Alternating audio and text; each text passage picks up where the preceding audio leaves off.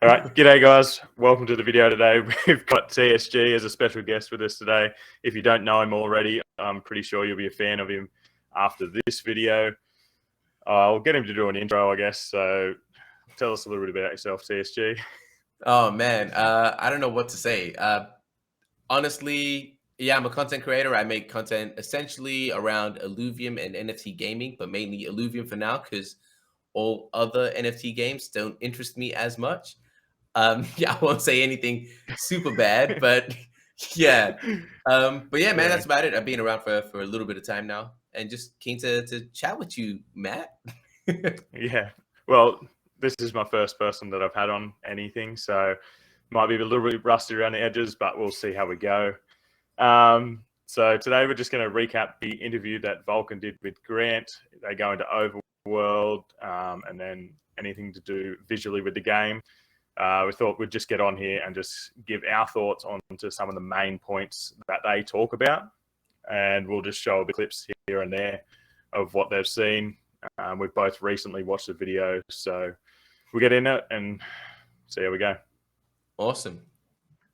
Right, the first clip we're going to talk about is the Overworld trailer that they released. They had a bit of negative feedback, but we'll give Grant this. The two big things is the Overworld, and I think I mentioned this on our very first call. You know, we were always going to try and treat it like a pack of cards, like you're paying to access your characters. Yep. And that might not have been enough. And the only feedback really from the video out was that the Overworld didn't feel exciting enough. So as he was describing there, a lot of their feedback, well, the only negative feedback they had was that it was not interesting enough, any danger. It was, you just go through and it was casual. You could pretty much play with your eyes closed and you could do whatever you wanted. Obviously, that's how you open a pack of cards. So you go and buy cards and you get them. So how do you feel about this, TSG? Like, did you think it was boring or could you play it for as long as you think? So it's hard. Like, it's obviously hard to give a really like deep answer considering that I haven't played it yet. And it's very hard to compare it to what he's experienced, to what Grant's experienced, because he's been working on it and playtesting it for time, right? So I'm sure if you're playtesting it every day, you might get bored of it without like too many changes. As for like my personal feeling of what I saw, do I think it's boring? It doesn't look boring, but it's hard to say until I've played it. But I do like the idea of them coming up with new ideas on just how to make it more engaging, how to make the environment feel more dynamic. I was fine with the idea of keeping it simple, like what you just mentioned, like opening a pack of cards. You're not this is a pretty stupid analogy, but I think it's pretty funny. Like when you're opening a pack of cards, you're not thinking like, oh man, is there a thorn in this? Am I going to get hit? You just kind of want to open it and see what you get, right? But obviously that's like making it a game is somewhat different. You want to make it somewhat exciting. And I think having the things kind of like pop up, some interactions happen. Like you say, you kind of just you can't be brain dead. You got to keep your eyes on it. You got to be aware of your surroundings, and it just adds an extra layer. So I won't say I'm for or against it. I just think it's a cool thing to have. Like, I'm not like, oh man, if they didn't have it, it's a shit game. If they did have it, oh, it's going to ruin the game. It's going to make the game so much better. I'm just, honestly, with that particular point, I trust the team. What they think is going to be better, I'm cool with it. But either way, it's not that deep for me personally. But what do you think? Yeah, well, as you were saying, they're working on the game consistently, so you can see why they might get over it as well. But if you think about it, people are going to be playing this game every day. Like hardcore players will be playing hours on end every day. So if you're not getting challenged every time you go in there, I can see people are just going to stop going in there unless they're trying to make a revenue out of it or just find a certain one. Yeah. So I guess to make it more and more inclusive and more playable, replayable, really, is to add a danger so it's not the same thing every time. Hopefully, well, we'll get to what they're going to be putting in there, but hopefully when they put them in there, they're not always going to be in the same spot as well. So you can't just find a path that well, you skip it all, like in Pokemon, you kind of know where you're. And also another thing to consider as well about the boring thing, with like the people that have given that feedback have said that it feels boring based on seeing like the only region that we've seen Yeah, and the only region we've seen like since now, like till now, I should say, is Crimson Waste. Yeah. And once you have the other regions, you'll be able to swap it around. You're not going to be playing Crimson Waste every single day, unless you're like die hard trying to get Ramfire and only Ramfire. Then you might only be playing Crimson Waste. But otherwise, you'll be switching it around, and that alone might make it different. Yeah, 100%. So we'll go forward and find what they actually are going to implement. There is a lot.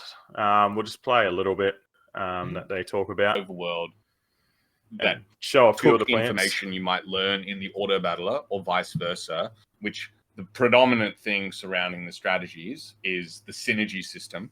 So like water beats fire kind of thing like that. So we thought, what if we make it so that you can attack the plants before harvesting them?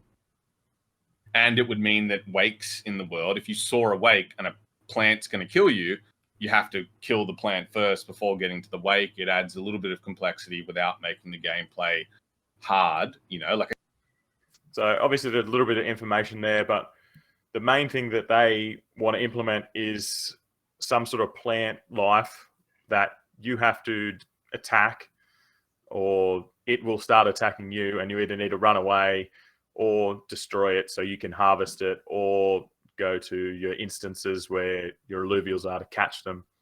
It seems a weird concept. Like I wouldn't have thought of just plants. I thought they might have put some sort of alluvials in there. I think alluvials will come down the track, but I guess plants are a lot easier because they stay still and they just put in their attacking. Like looking at these plants, they're obviously so good, like so crazy. And have you read up on how they attack and how they different attacks that they have? Or listen? Well, I just listened. I didn't have time to go on Discord. Were they discussing it on Discord? No, I wasn't discussing it on Discord. But if you go back to the video, bring up. Oh, right. Yeah, if you bring the video here, so this one here is a fire, and it's classed as a rogue. Yep. So obviously you'll need to pick out a water weapon. Yep. Because then you have a better matchup against it. And as it says up here, an eye will spawn above it. When the eye opens, you can attack it. When the eye's closed, you can't hit it. So you know what that reminds? You know what that reminds me of? Did you ever play Zelda? I'm pretty sure that was one of the bosses. When the eye, like Ocarina of Time, when the eye opened, you had to shoot. It's the exact same thing. Yeah. But like, it's such a simple thing to add, but it turns this game from just a casual walk around, nothing's going to hurt your brain dead game, to have a little bit of action. It's not only shooting the instance at the right spot. You've got to actually put a bit of effort into killing things or whatever. Yeah. Yeah. But my thoughts with this is, like, I think that's a really, really, really good way to go about it. Having the plants as like the enemies, or like what Volkins says in the interview, like the grunts, where it kind of just make it a little bit more difficult for you. Like they're not meant to try and they're not meant to kill you or make it impossible. It's just to make you do something. The thing, and I think that's really cool. And the different plants have different ways of attacking the rogues. All of that is cool. The thing that I'm concerned about, and it's just like, I know they're going to deal with it. It's not a big concern. It's just something that I feel. I would just hate it for it to be tedious in regards to, there's a water, and now there's a fire, and now there's an earth, and you're constantly switching between them. I would just hate for it to be like, oh man, I would hate for it. And I'll use this analogy and anyone that's played Pokemon will understand. I'd hate for it to feel like you're getting to another route, and you're walking the grass, and every 5 steps, just like, God damn, like you're just running away at that point. A cave. That's the one. Zubats. Exactly. I would just hate for that to be like, yo, I'm done. Like the first time is cool, but then if I'm constantly needing to change weapons, unless there's like a quick trigger where I can change it really quickly or some shit like that. Like I think, I don't know if this is copyrighted, but I think like the GTA weapon wheel was a sick design. So they I've did seen that on other games. Yeah, definitely seen that on other games, and a lot of MMOs use that. You have a quick change. Yeah. So you bring it up, and then you just flick it's probably more joystick. Console. Yeah, flick the joystick to where you want to go, and it's boom. Because if they do something like that, I can't like that's fine because that takes away the like it'd still be slightly tedious, but it's not as like, yo, I need to open up my inventory, yo, I need to equip. Like that's just Yeah. No, I'm sure stupid. it'll be a quick Yeah. wheel because I don't think they want people in there going, fuck, now I've got to find Yeah, what I yeah, want. exactly. But But like, apart from that, the main idea of the actual plants like doing stuff, I think, and like yeah, they say, eventually it'll be alluvials, but I like that's gonna take time. Like just to develop that is gonna take a lot of time. So plants is a yeah, good substitute for now. yeah, 100%. And like, you probably don't have to have the best matchup for it. You might have to have a pistol instead of a sword or something. So you could have a water pistol that does everything. You might just take a few more shots to kill a Yeah, earth or air yeah, a plant. But I do like yeah. that they've also got classes. So like that one attacks you from underneath the ground. So Mm. like that's a rogue tactic to think that they've thought It's that far cool. into just plants as well. Yeah, it's really cool that it teaches you the basics, like the fundamentals of Yeah, the auto battler. Like it's, I won't say it teaches you, but it introduces you. yeah, So it's like the world itself is like it's interesting because like not only do the alluvials affected and molded in this, like the classes and yeah, infinities, but so is the world itself, the yeah. actual like environment, that the life on this planet also kind of works in It this all follows the ecosystem. same stuff. Exactly, and it's a fascinating concept. I've never seen anything like that in regards to like Yeah, a plant being an empath, a plant yeah, being a rogue, exactly. like a It's a fighter. Yeah, yeah, it's it's like a fascinating. It's healing plant fascinating. or whatever, which is some plants actually would do that, but like to Mm. actually implement it into a game and it flows across, even your character you can fuse with a alluvial at the Yeah, start of certain battles and stuff. Like it's just everywhere, which is great that they've kept the same same, the same same kind of system. Same kind of yeah, system, same right? systems throughout the whole thing. Yeah, So I people get you. I getting used get to you. it. Yeah, But hundred we'll head percent. over to the next one where we talk about controllers. Like I'm a controller person from back in the day. I was PlayStation the whole way and Switch. But we'll see what Grant has to say. I just like Right here. you can hook up with a mod for it's an app for Windows like DS4. You can hook up your controller, and we've mapped the controls in the game to make it so you can use a PS controller, and like Nice. that totally changed everything for me. I was running around, and like all of those videos, every time in UE4 you jiggle your mouse just a tiny bit, it's like and you notice in the Overworld. So yeah, as I said, PlayStation was my bread and butter until about say a year ago, when I switched over to PC to first start getting into this content creation kind of thing, and mobile gaming come a little bit bigger for me because I got kids and it's a lot more accessible. But to come back full circle and play Illuvium on control, I feel like it's like destined, and that's like mainstream. Like Yeah. more people have controllers than they have high-end PCs. Mhm. And then what other people talk about, mobiles even top that as well. Maybe you'd be able to hook your mobile up and use that as a controller. Some people might like that instead. But like options are endless. Were you a controller person or PC Yeah, all the way? absolutely. I've never really played PC games in my life. Yeah. And even if I did play PC games, I'd connect a controller. So I grew up on like I don't. It's crazy. Like so once I saw like this is a PS4 controller, I don't even have a PS4. I legitimately bought the controller just to play, just so I could play it on PC. Like just because I thought the ergonomics of the PS4 controller was just cool. Yeah, Like they're really good. yeah, the Switch controllers are really cool as well. But I've got one controller there that still works properly, and I kind of only use that for competitive Smash. And I don't want to like ruin it or break it by anything else. I'm like, all right, that's only for Smash, and I'll get another controller for PC. But you know, I'm keen for that. I think it's just like what Vulcan. I think Vulcan is the one that said that. I could like. I feel like even the way you kind of sit on a keyboard, you're kind of leaning forward, trying to do the shit. On a controller, you're leaning back, and you're just chilled out. You can just kick back, with right? a controller, I'll be back like this. Yo, all the way back. Yo. Okay, all the way. Mate, this chair goes flat. This is a great chair. I can fall asleep in this. It's so good. Yeah, I've done that multiple times. I'm waiting for some shit to export. I'll just fall asleep in my chair. 100%. But yeah, controllers seem a lot more casual, and like I know they're moving a bit more into the action side of casual, but it's still going to be a casual run through. They do talk about how to implement this into the auto battler. I was just about to say that. I wonder how that's going to be. But to you'd me, be able to do it.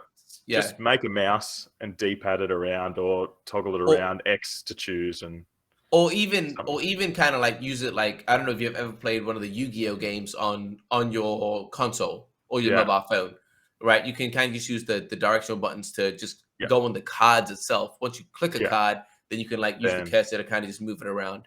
And then you tab across your players with like an R1 or something to switch between characters, some shit like that. So there's possibilities. There's possibilities there, and I'm surprised because the last we heard about controllers was that they're not working on it yet, and that's going to be like much later down the road. But also, it says that I'm pretty sure he said that they're just mapping it out. They're using an external mod to map it out. So it's not. Yeah.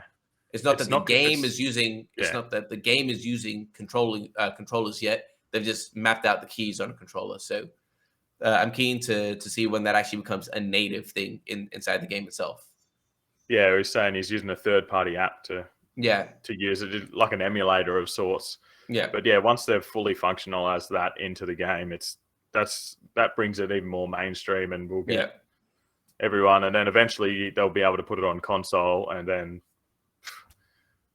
it's everywhere. Then take over the world.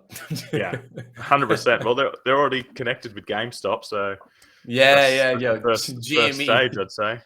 Ape in. Ape strong. But next up we have the capturing. As always, they want to do AAA, and you're talking about how obviously your Pokemon capture has never been updated. You throw the Pokeball, it wobbles 3 times. That's ingrained in everyone's head, and the nostalgia behind that is so big, but it's very outdated nowadays. All of the leads have gotten on multi-hour-long ideation meetings. Yeah, taking this dead serious. Like, how do we go AAA on this, and how do we blow people away? And all of the details have come out. Like, what needs to happen to show people the rarity of that character, and that we've gone through ideations of like, do we show it as a user interface thing? And we've always come back to like, fuck that, let's try and make it as cinematic as possible. So if it's a holo Ramfire that's dropped, it's got a holographic VFX underneath it.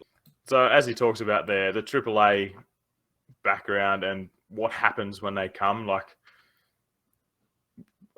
just going back to Pokemon Sword and Shield, and that your shiny would come out. All it was some stars. Like, it looked pretty cool, but very basic for a 2020 game. It's wild. What he talks about here, I've got a quick visual that I'll bring up as well of tier 1 through to tier 5 that they did leak a few days ago. And it's like tier 1, it's just like a little thing, but then tier 5 is like the full blown, the whole thing lights up. So you can tell that, this is the one that I want to catch at the end. Even if you're the first time you go in and you get a Dark Hollow and you don't know anything, you'll go, whoa, what's this? Yeah. Like, do you agree with their take on this? Like, this lifts everything. 100%. And I'll actually, I can't believe I'm going to do this. I'll defend Pokemon. I do agree with what they're saying with it being outdated. And the whole 3 bubbles thing is kind of like, when you're playing the game, just generally, the 3 bubbles is trash.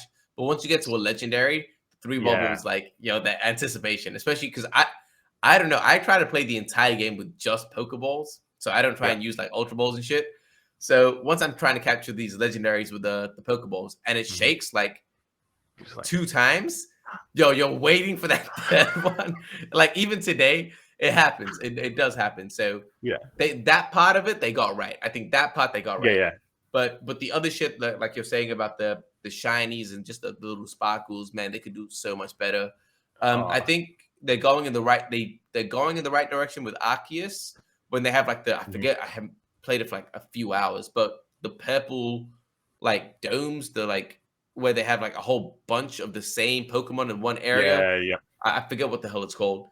But like that atmosphere, right, that it creates when you go and the music changes, like.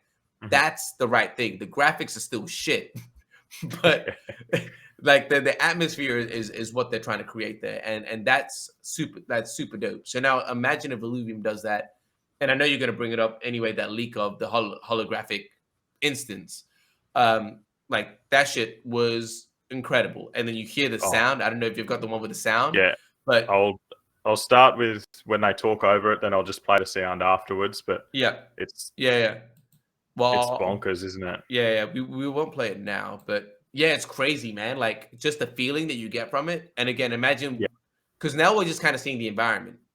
Imagine once we actually just entering. Yeah.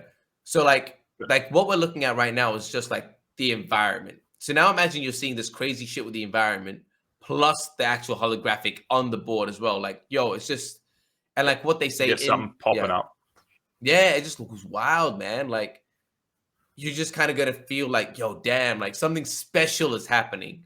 Like, and that's I think gonna be amazing. And again, it's gonna be like, yo, I need this. It's gonna go from I want to capture it to I need to capture it, and that's the shit that you kind of want to be bringing out of people. And I think, man, this design for anyone that thinks this shit is a rug, or everyone like, I don't know about you, but I've been getting like I know myself and Skarks have been getting a lot of like negative comments on YouTube just because the markets are going down and shit.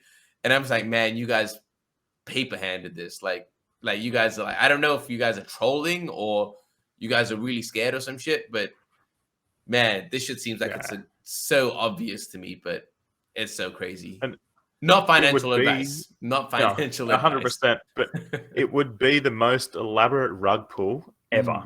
It's to design this to get money out of people doesn't why would you stop? Why would you? It makes zero sense. They've put into all this effort and they're just we're shutting it down, taking all your money. And the thing that sorry to cut you off, but sorry to cut you off, but like the thing that for me when I see this kind of shit where I'm like, it's definitely not a rug. It's like, all right, yes, okay, cool. They might rug for a couple, like they're gonna rug. If they rug now, they still rug for quite a lot. But when you look at this shit, you're like, oh, yo, this actually has the possibility of becoming the biggest thing, like the biggest game in Web3, one of the biggest like top 10 gaming studios in the world. Would they rug and miss out on that opportunity? Like that's not an easy thing to take over, and these guys are like in position to do that. Why would you fuck it up? Sorry, I don't know if I can cuss on your channel. You can swear. I don't care. Yeah, like why would you fuck it up, right? Like why would you wouldn't? It doesn't make sense. Like this, like it just seems like it's so obvious. But again, not financial advice. If you guys want to sell, you guys can sell. That's absolutely fine. Well, I'll be sell buying as much as you want. I'll be buying it up. Yeah, I'm buying for time, so I'm not stressed. Yeah, but it's like the money that they'd make in the next 10 years would 100 times outweigh what they're going to make by rugging now. It's said it makes zero sense at all. I haven't seen a game this fully fledged across 3 games, let alone 1. Yeah. And yo, dead set, like I'm a be straight, and I haven't played that many like Web 2 games in a while. But some of the Web 2 like newer Web 2 games that I have played, man, the graphical quality, like is not as good as what we're seeing here. And this is a work in progress. Yes. Like that blows me away. Like I don't know if you've seen the trailer, like this got really, really bad reviews, but not bad reviews, bad reception. The trailer for Golem, the Lord of the Rings Golem game. No, I haven't watched it. Yeah, fam. It's a Web 2 game. They're using the IP Lord of the Rings, which is by far one of the top 5, like it's top 5 IPs in the world. And the game looks like it's running on GameCube. If you look at the comments, people are like, "Oh, I'm so happy I can dust off my GameCube." Fam, what is going on? This is coming out in 2022, 2023. And like this is wild. And what we're looking at is coming from a studio that's like what 2 years old. Like it's just it's honestly 200 people. I'm lost for words. Honestly, I'm really lost for words. I just can't believe that. I feel grateful that one, I found this project and like just this team. It just seems like it's, man, this shit doesn't happen every day. I'll say, I'll put it like that. It doesn't happen every day. Yeah. I feel like it's like the opportunity for our lives, like to be this early in something that is going to be web defining, essentially. I Mm. know we're very biased because Of we're course. invested, We're invested. but Yeah, I full wouldn't be transparency. invested. I wouldn't be invested if I wasn't this bullish Yeah. on it. Like, and as you're talking about those Web 2 games, the longevity in Web 2 games or legacy games is usually a year. Then you buy again, then 1 year. I can see myself playing these games, this whole Illuvium world, in like 10 years. And Yeah. the stuff I get now, I can use then. Like, that Yeah. it's never been done before. Yeah. Only in And that's GTA 5 that's still played from PS3 on PS5, which is yeah. absolutely that's absurd. No other games. How wild ever is it? been. Yo, GTA has gone 2 console generations. Yeah. That's madness. That's I madness. bought it on PS3. I probably still got it on PS3 Yeah. CD, and it's on PS5 now, and it's still super popular. Yeah. And up until a couple of years ago, it's still $100 to buy the disc. That's Yeah. absurd. Most yeah. games are down from 100 after like 2 months, It's and like it 30. was like that's the only Yeah. other game I can think of that has had that longevity, other than like your MMOs that continually Updating shit. upgrade, but everything from the start is useless. Yeah. So Yeah. The thing with, I know we're kind of going off topic, but I'm enjoying this conversation anyway. But the thing that I think is dope about Illuvium is, like what you said, the game may not last 10 years, but the world will, in my opinion. Yes. And the I think characters it's will.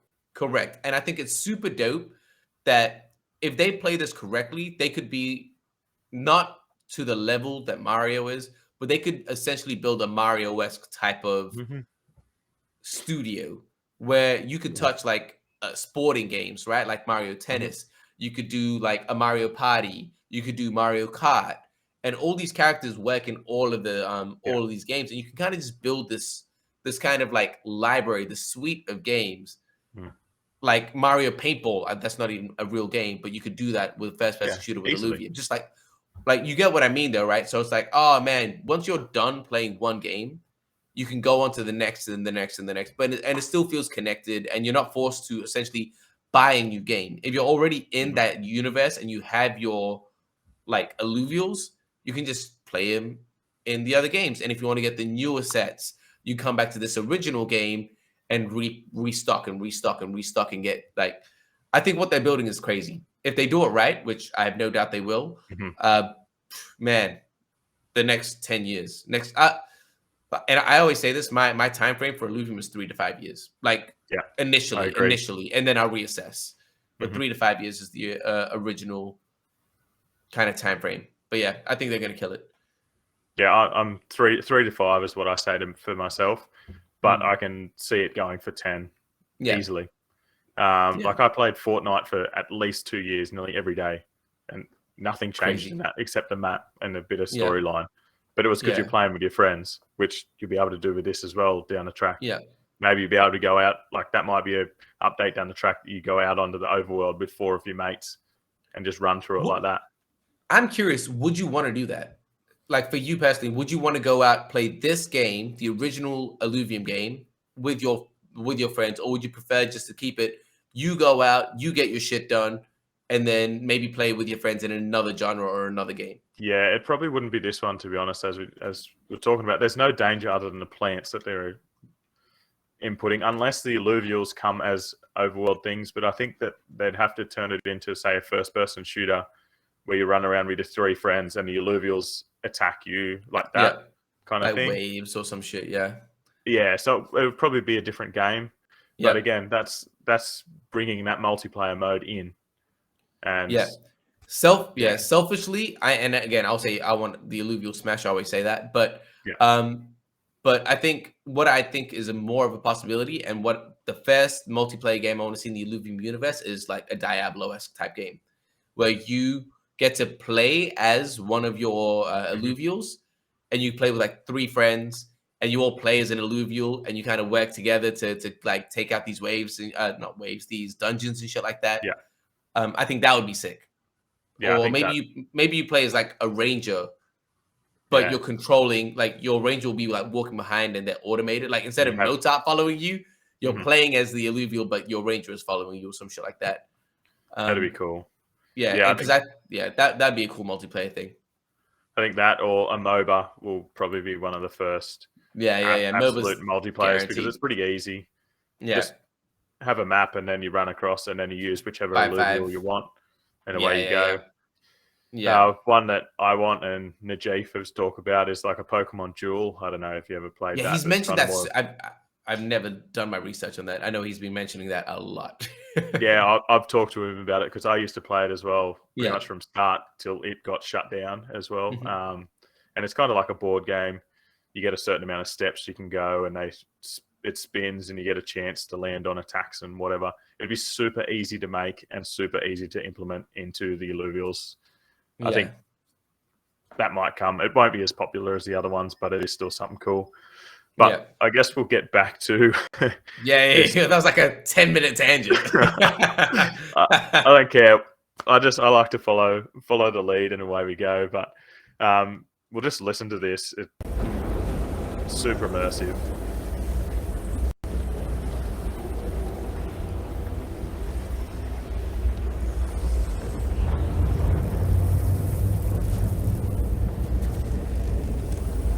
So, like. A lot of the times when I play games, I just turn the audio off, especially when I'm playing Pokemon mobile games. Because a lot of the time I've got a lot of other shit going on as well, so I just turn it off. But that sounds amazing. Like it feels like you're there, and what's happening around you is what the noise is coming from. Like, do you play with music or audio? Always. I used to make music, so sound and music is super important to me. Yeah. And Grant. Like I'll correct Grant. Grant kind of said, "Yo, Nolan-esque." Nolan's the director. The composer that works with Nolan is Hans Zimmer. So the sound is the sound that they're going for now. But honestly, like that sounds very Zimmer-esque, right? Like it feels very Nolan-esque in regards to like when I hear that, it makes me feel think of like Interstellar or some shit. Like when he's standing in the crops and the weather's going crazy. And you're really kind of feeling like you're in that space. So what they've done, and I've said this multiple times, just like Volkin, I think the unsung heroes of Illuvium are the sound engineers. Like I honestly do believe that. No one talks about them, but from the sound effects of the actual alluvials, from the music, from like the sound effects we're hearing for the environment, like for the cinematics, everything, like the sound is incredible. And sound is like insanely important, and a lot of people overlook that shit. So I just want to like give the flowers to the sound team because I feel like apart from Volkin, no one else is. No, as I said, I don't listen to much audio when I play, just because it's usually shit and other things are going on.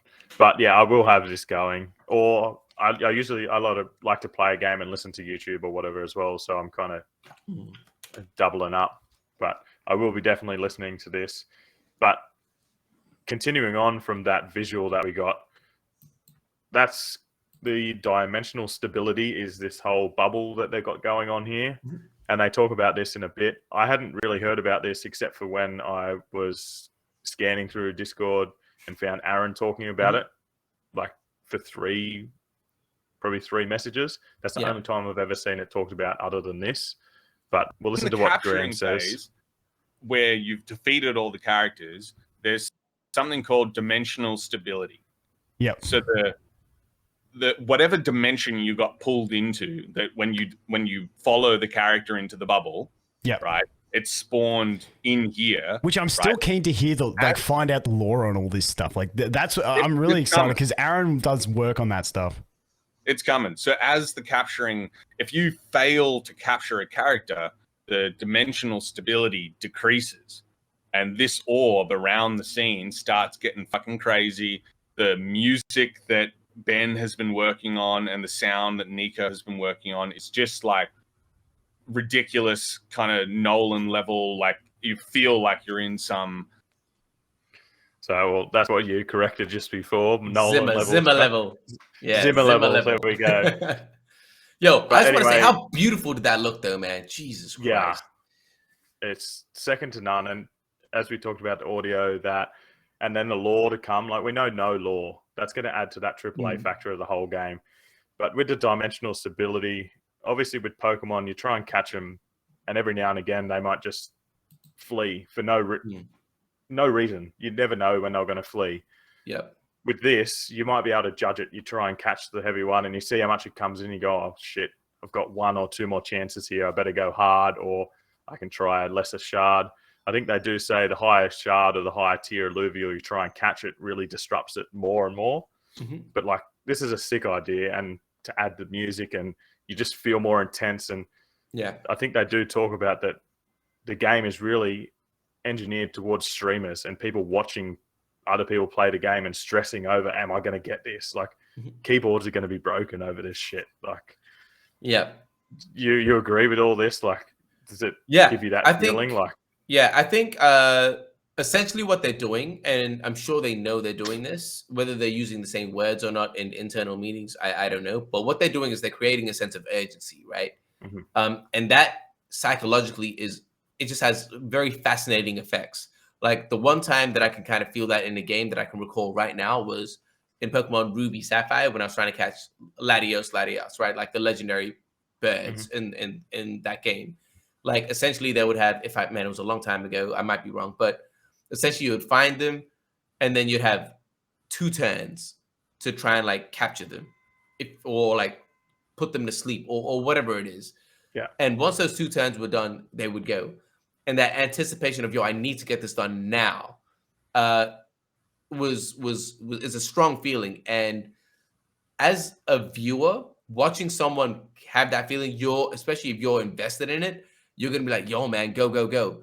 The thing that's different with this compared to the example I just gave you, we know that in that situation, it was 2 turns. 2 turns. We know that.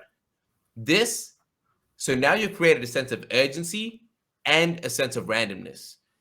And now you've created urgency in a random situation. That's going to add so much more pressure and feeling of like, yo, man, shit, am I going to mess this up? Yo, like, it's just going to... You got a Dark Hollow Ramfire there, and you're like, fuck, I've only got... Do I have 1 turn? Do I have 3 turns? Do I have 5? Man, don't fuck this up. And then you have that second chance. And you're like, oh, my God, let's go. And like, it's just that feeling already, right? You can kind of sense the kind of feeling.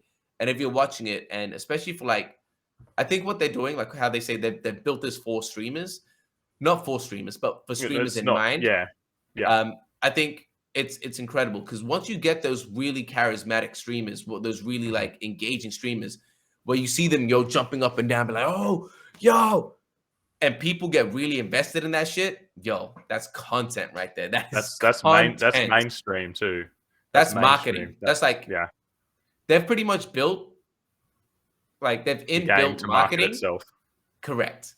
And it's genius. Yeah. I don't expect anything less. yeah. That's what, again, we've said this already. Faith. I won't say complete faith in the team, but a lot of faith in the team. I've got a lot of faith in this team compared to anything else that I've ever been invested in. Yeah, that's the only other thing that I would say that I believe in this like as much is Tesla. I'm gonna just put that out there. Faith in Elon. Yeah, he is a next level. But next we've got the fusing mechanic. They talk about, everyone knows that we use the 3 to fuse to get to the next stage. But they just talk about where you do it and how this is going to be AAA. But we'll have a listen. Then you go in, when you fuse that character, that's going to happen on the top of Sancta Mesa Hub in a drone we haven't shown, where you insert the 3. So you bring your inventory up, bring your inventory up, cycle through your cards. You'll see the 3 stage 2 Rampies. You'll drag those into the slot, confirm if you want to fuse, and then just like the trailer, those particles will swirl up, and we've leaked the effects for that. That's something that Peter works like a week and a half, 2 weeks on, that morph the effects. So with the sound, with the Gaudi animation beaming it up, with the chance of it when you're fusing going hollow as well, and being in that Sancta Mesa setting on the top of the platform, kind of looking out at the overworld, you're seeing the character in the overworld briefly for that moment when it fuses. So I don't know if this has been talked about anywhere else as to where it's going to happen or how exactly. Like I knew it was 3 in and fuse and all that, but like that sounds absolutely awesome. Like, and I'm hoping further down the track when Sanctum Mesa is filled with other players that you can go up to the top and watch people fuse. That'd be cool. And just see if they get a Dark Hollow. I didn't even know that you had a chance to get a Dark Hollow out of fusing the 3. Like, that's weird that you do, but I love it because more chances is better. But sit around there and you're standing, all right, your turn to fuse, and you get up there, boom, boom, boom. But like, it just brings the whole community together to do something, hopefully. But you love this, or?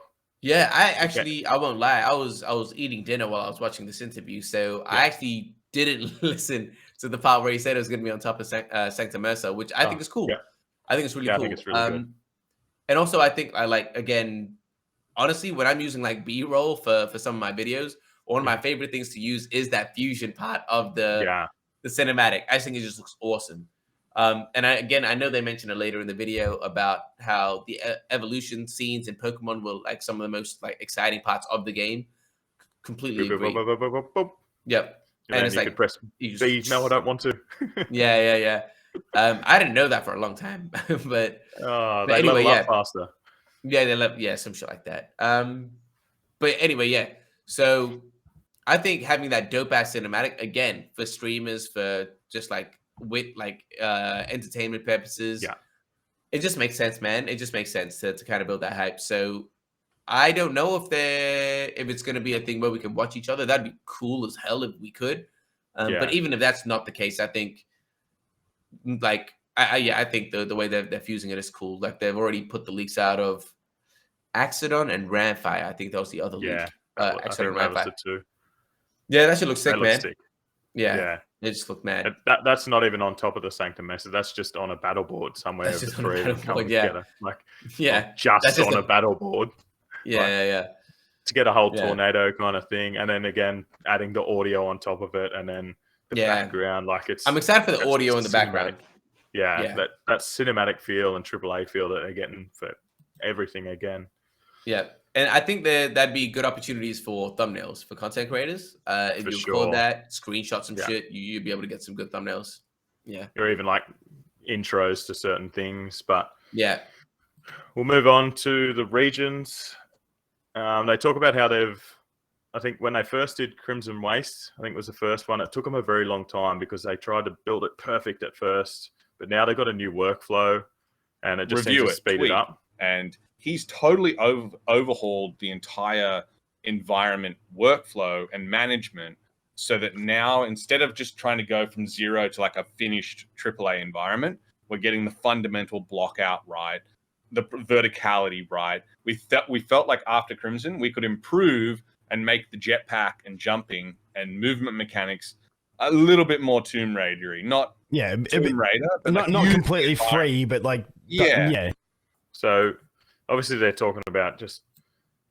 I'm not much about how to build everything, but if you have a look at their leaks of Tiger or lately, just the ice blocks, they look terrible. But that's them just putting where things are going to go, so the walkthrough is correct, and then they send it off to a different studio.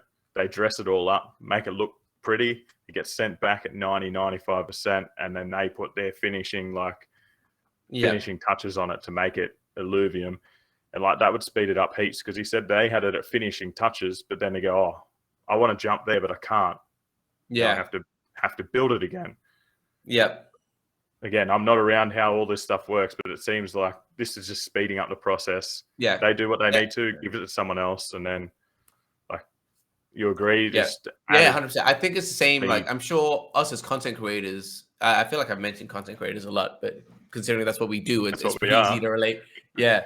I think like for us as content creators, it's the same, right? Like the first time we try something out, do it with content, it's not that efficient, or it might not be the most efficient. But once we do it that first time, we're like, I learned some shit now. Next time, you cut that time down, maybe even in half, because you're like, I found some shortcuts how to do this. Like Scarx taught me how to go from a full screen to a corner thing. Like that changed like the entire quality of my videos and just learning things like that. So I imagine it's the same for them, right? Like the first time they did it, it wasn't the most efficient. They got it to a really good quality, but it wasn't the most efficient. And now they kind of realized, and I think it's I won't say it's common sense, but I think it's logical that they came to this realization that instead of dressing it and then blocking it out and then saying, oh, I want to get to here and then redressing it, like it's just going over and over and over. What they're doing now, and it makes a lot of sense, is they'll block it all out. They'll say, these are the paths that are available. This is how we want to traverse this area. Don't worry about how it looks. Understand the pathing and the way that we're going to play this first, and then we make it beautiful.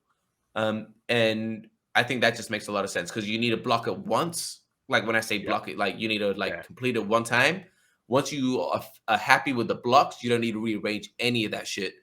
It's just, that's done now, and you just need to set dress it. So instead of set dressing, block, you kind of just block the entire thing out. Don't worry about how it looks at all. Make it pretty after. So yeah, man, it sounds like they're working way more efficiently. And this again goes back to the shit that I've been saying for quite a while as well, about people saying, oh man, it's a rug. Oh man, when's the game coming out? Be patient, guys. Like, it good shit comes. It takes time. Yeah. But like from what we're seeing, does any, I don't know, maybe I'm just like oblivious, but does any of this look like a rug? Does it look like they're taking the piss? Nope. Like, to me, no. Like the shit that I've seen on the private beta, the shit we see in leaks, just hearing them, like, honestly, maybe my judge of character is wrong, but when I listen to Kieran and Grant speak, I feel like they're genuinely trying their best. So I just patience. This shit takes time, but obviously they're finding more efficient ways to get things done. Yeah, we'll continue on because they have a bit more. They talk about regions here. Yep. It goes from blockout to final because we've already play tested mechanics and it's purely graphical. We don't need to reset dress a highly detailed area because it just didn't jump right. Exactly what we were just talking about then. So talk about the battle boards here. I thought there was only really one, and then they kind of just plonked it in elsewhere, but it seems like they've done a few. Stuff that people were like, oh, is it just...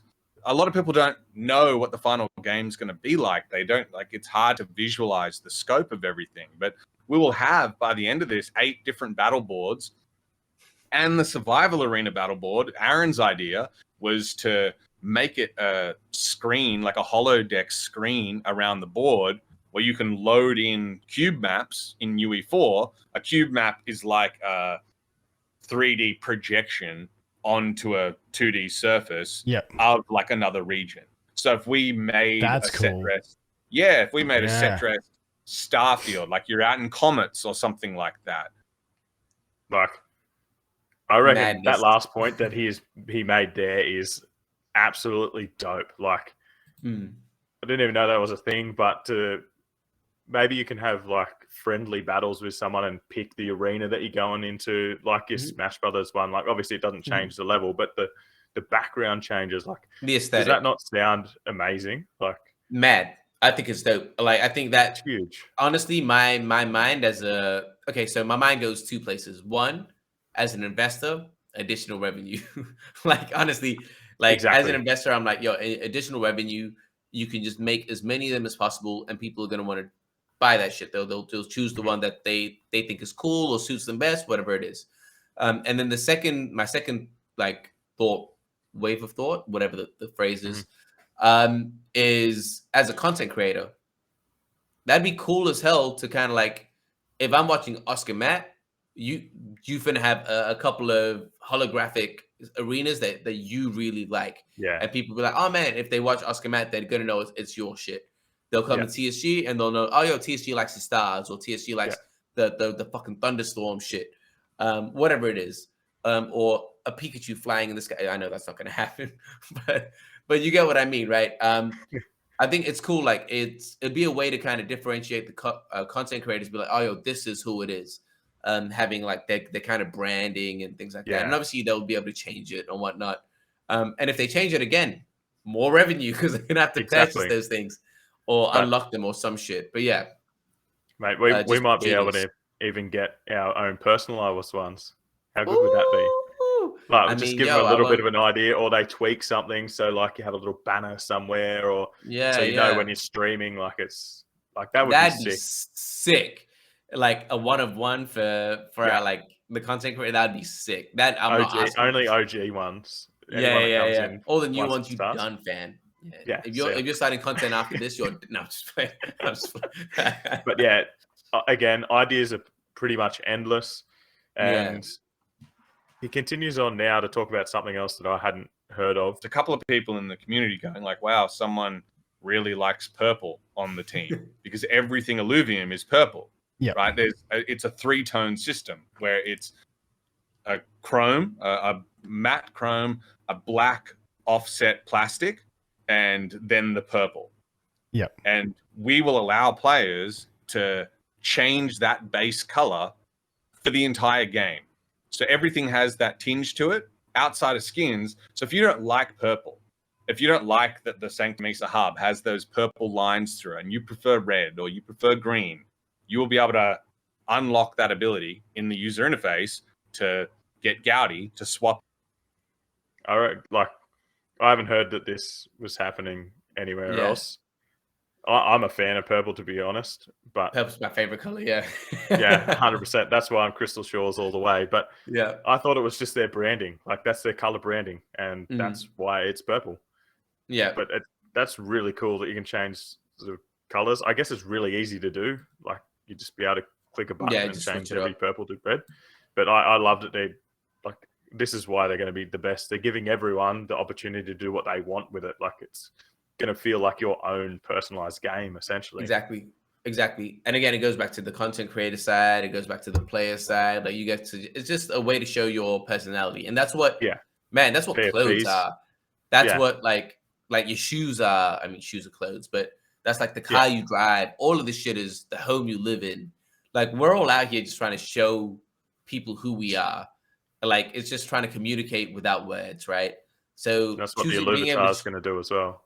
Yeah, Illuvitars, alluvials, what kind of deck you play, the colors that you use, your skins, all of this shit, like the backgrounds that we're talking about, the holographics, all of this shit is just a way for us to show off our personality. And the more of that there is, I think the cooler it is. I can't see it. Maybe I'm mistaken, but I can't see having a lot of like personality being a bad thing. I think it's just cool that people will be able to really be like, oh, say we both have the Starry Nights, but mine's purple and yours is red, right? You know what I mean? It's like, oh, we can like the same thing, but we're still different. And I think that's going to be the cool thing. So I'm excited. That's why I'm excited for Illuvitars.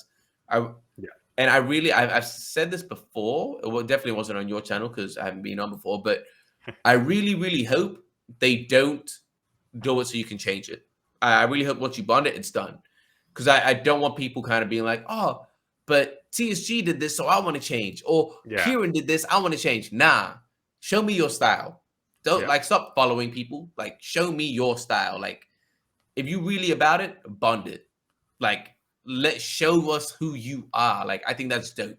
And I think the ability to kind of pussyfoot around and change shit, just I love that. I love the fact that I just used pussyfoot in an actual sentence. But yeah.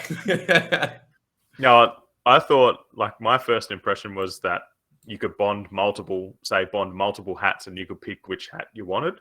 But from what they've been talking about, it seems like you can only bond one, and that's it. Because like online, you have the two you can pick from. I know they're only really showing it as you're using it, but up until the interviews with Andrew and that, I thought, oh yeah, just bond multiple hats and I can change my hat. Like you'd have one Illuvitar that has like hundreds of things bonded to it. But I do like it better that it's only one. It means you've got to be really more thought out as to what you're going to bond, and that's why except for the one that I'm going to use, I'll pretty much have them clean, unless something fits it like absolutely mint, and then I like that one as well. I just bought I bought some I mentioned this to you privately, but I bought some SLV2s recently. So I might be getting a bit more Illuvitars than I originally planned. So my original plan was just to kind of bond and customize my own one. But now that I have a little bit more capital to that I'm willing to kind of throw away. I might just have a bit of fun with a couple of them and see how it goes. But definitely, I want to keep most of them clean. But my one, I wanted to rep. I really just want like a pipe. I already know. Like I just want a hat, a pipe, and if there's anything else that really matches me, like if they've got like some proper like just spectacles or some shit, like some glasses, none of that raver shit, just like normal things. I'd be cool with that. Yeah, Or some nice. headphones. Man, I wonder if they have headphones. That'd be sick. Headphones, glasses, and a pipe. Dunzo. That'd be sick. Archie with that shit. Dunzo. Yeah. Do they even have ears? I don't know. Actually, a question that I really wanted to ask Kieran or someone or anyone really is: do the Illuvials have a gender? And are they, if so, like Pokemon? If so, are they going to be minutely different? Like Pikachu's tail is rounded instead of whatever. Eevee's tails pointing, like they're all different from male to female. I've never seen them talk about this at all. But interesting thing that if I ever get to chat with them, I'll bring it up. But 100%. Anyway, I think this is one of the last ones I've got. He's just talking about when he's going to stream the new regions and show off again. Obviously, Grant has been streaming a lot in the CC streaming, but just doing his ship. It's really awesome to go and watch him stream. I've said it in a few Illuvium news, like get in there and have a watch. He plays some sick beats behind it anyway. But he works so fast, man. Yeah, it's bullshit. I'd say as soon as next week, I'm going to start showing the work Salvatore's done on the environment. And we've continued hiring too. We've got next week we'll be able to see some Sanctum Mesa. Also, take that with a grain of salt. We know their time frames. 100%. Yeah. Take that with a grain of salt because we know what time frames are like. But it will be cool. It will be cool. It will be sick to actually see them, like, because that will be final set dressing. He'll be going through everything, and just you'll probably see those plants in the overworld, maybe, unless if they haven't put them in or whatever, and just really polishing everything off. Which that's Illuvium's bread and butter, is that final 5%. That's where most teams don't go to because they feel like you don't need it. But that 5% is what really creates this atmosphere that they're doing, down to the audio, the visuals, and everything we've talked about in this whole video, and they did as well. Like, I can't wait to see that. Like, him working on that ship is... It's the wildest thing, man. I've never seen someone work that quickly. Like, it's crazy. I just see, like, him just like... Like, yo, what is going on? Like, shit, I thought I was efficient, and I saw him, I was like, yo, Jesus Christ. But I've talked about this to a few people. Like, when you watch anyone do their job that they've done for 10, 20 years, you just go, how do you do that? If someone watched me strip and lug a cable and do that, they'd go, fuck. But it's because it's repetitive. You do it all the time. Like, even when Roger was streaming with Andrew, and he drew that was bullshit. In an hour from that it's crazy, to that, like, if someone saw me talking shit, they'd be like, yo, how does he do that? maybe playing Smash. Oh man. Yo, crazy. Yeah, but anyway, that pretty much wraps up all the things I wanted to talk about. Is there anything that you wanted to point out for the video, or? Let me think. So the last thing that I kind of want to point out is it's just a comment that he mentioned was like, he's saying that everything that they've done is dog shit. I think that is the most like, I just love it, man. And I love it. Again, that goes back to his like competitive side. That goes back to like, yo, these guys are really out here. They're not bullshitting. They're not fucking about. Yo, I was thinking, should I swear or not? Fine. But yeah, they're not fucking about. Like, they're really, really going at this shit. And yeah, man, I don't know. I just wish I could get people to just relax a bit. Like, be patient. Like, just be patient. Just take a breath. Like, these guys aren't trying to screw us over. Like, that's not their intention. And I could be wrong, but that's just my perception. Again, none of this financial advice. I have to say that shit. But just the way that they talk about it, man, just seems genuine. Like, he's really out here. Like, Grant isn't, like, from what we're seeing, he doesn't seem like the type of guy that cares about the crypto. He doesn't care about any of that shit. He just cares He about even making a says that. dope. Yeah, he's just down to make a dope ass game, and that shit takes time. So kind of ignore, like, even if they do give you like time frames, if they give us a date, that's probably going to be official. But if they give us time frames with 3 to 4 months, ignore it. Pretend they didn't say that shit. Just ignore it. Kind of just assume that it's going to come out. I don't know, man. Like end of this year, start of next year. Like it'll come out when it comes out. But we're making progress. Right? We're getting small things. We're getting the private beta. We're going to be getting private beta 2. We're going to be getting Illuvium 0, Overworld. Like these things are coming. They might not come next week, but they are coming. So breathe. I feel like we're very close with them saying PB2, then Illuvium. That really, like, PB2 must be very close. Like for them to release the trailer for Illuvium and it be after PB2, like surely the trailer is only 6 weeks out from release, and if PB2 is before it, that's literally like next week.